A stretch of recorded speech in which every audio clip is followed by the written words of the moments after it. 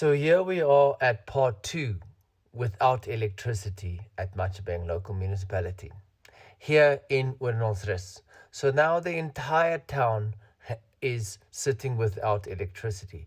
So it means every single business, every single household is going to wake up tomorrow on Sunday without electricity. And it's not going to be restored because the Matjhabeng or the municipality is not paying overtime. Because the failed leadership under Executive Mayor Kalipa and the ANC, without putting in consequent management because officials are not performing, without implementing the right financial management, we will have to suffer.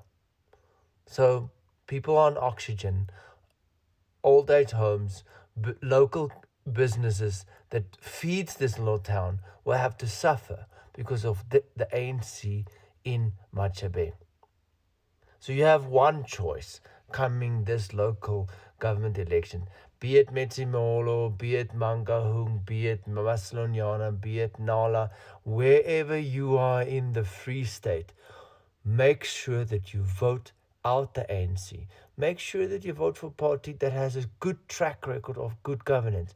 And the only party in this country of South Africa that has a good track record is the Democratic Alliance.